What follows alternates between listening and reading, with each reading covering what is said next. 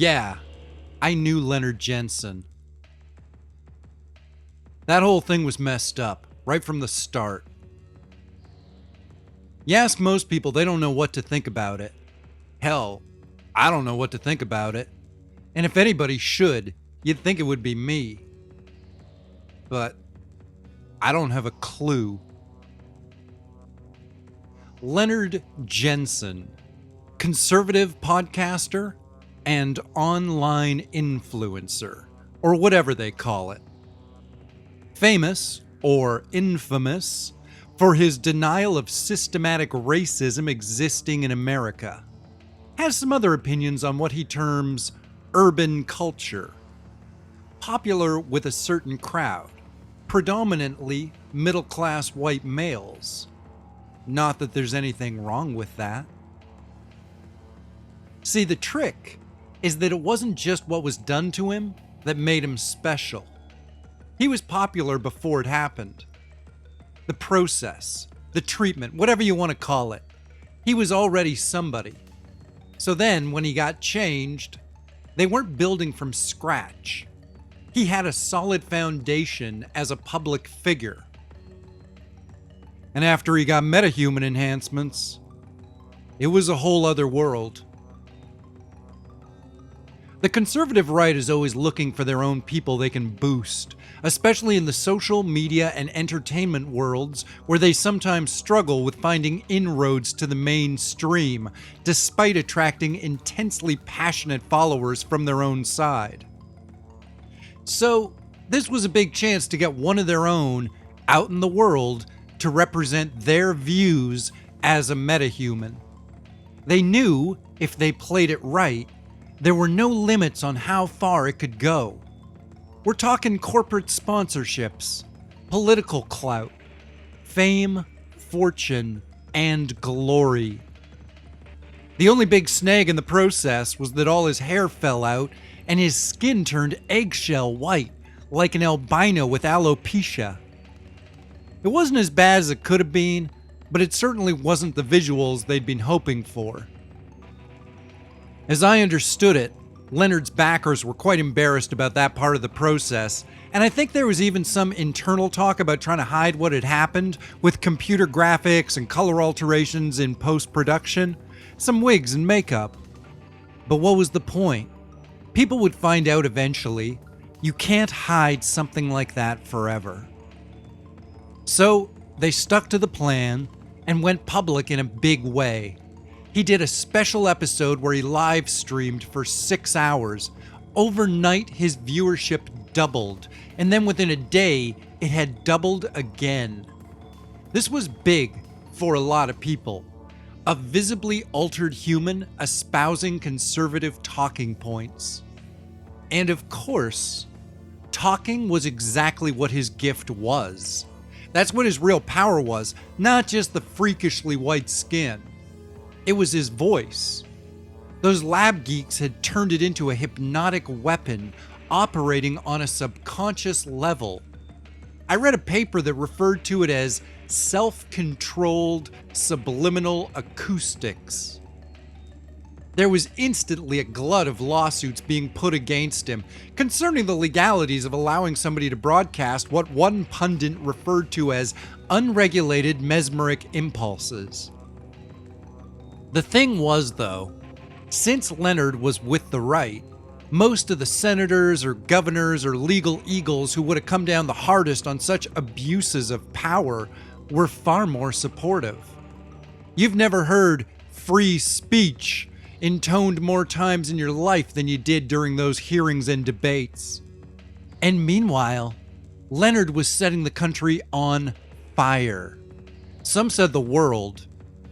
His critics on the left complained about how he was using terminology with nasty racial undertones, as well as constantly referring to poor and marginalized people as parasites on an otherwise perfect system. Which is true. He was saying that. But it's also what the people wanted to hear, even before his enhancement. I was there when the runners showed up at Leonard's home. Not a lot of people know what happened there, but I do. I was Leonard's assistant. I was dedicated to him in a way I know I'll never really be able to explain. I met him after his enhancements, and now I can't even remember how I felt about him before that. Before I heard him talk. You need to understand, I was around him so much, for months. Just taking in every word, absorbing him like a sponge. It's all very confusing to me now. I don't know if I should feel pride or shame for who I was and the things that I did. I don't know what parts of those ideas, that identity, were really me. That's the thing. When somebody else takes you over, they colonize your mind, set up shop. So soon your brain is pumping out their ideas, following their agenda. So I don't know where I stopped and he started. I don't know when it all began. I don't know what I even believe myself anymore, philosophically or politically. But I know what I saw that night. It was one of those gunslinger situations. The runner didn't want to attack first because that would reduce his honor, right? So instead, he had to goad Leonard into drawing first, making it a more fair fight or something. That's how it felt to me. And Leonard wasn't some idiot. He was too clever to be drawn into the mental trappings of a cheap thug. But I guess maybe he was also a little overconfident. Me and Leonard were out on the patio. He was having a drink and letting me hear a rough draft of the next day's opening monologue for the podcast. And then the runner was just there. He came climbing over the side of the patio railing like some sort of clumsy cat burglar. Except remember, we were up on the penthouse. That's the 53rd floor. Real high up. And this guy, he doesn't have any climbing gear, just sneakers and a tracksuit. So he climbs up onto the railing, and then he does like this spinning backflip thing, which puts him over our heads and up onto the roof of Leonard's place, looking down on us.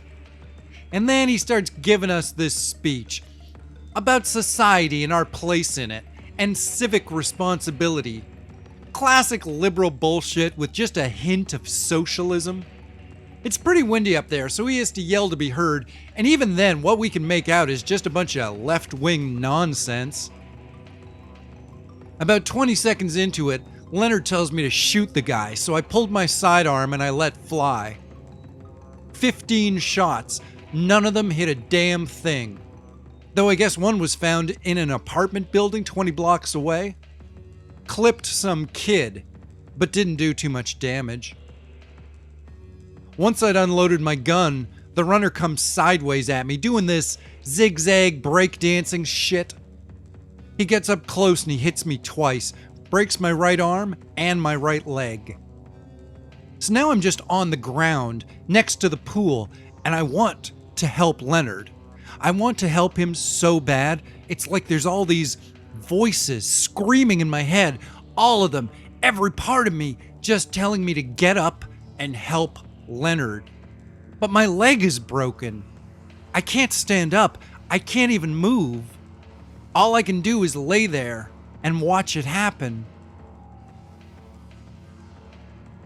See, when he was up on the roof, the runner had been kinda out of Leonard's prime vocal range, which is why Leonard had used me first to draw the runner in closer. Then Leonard used his thing, his gift, his power.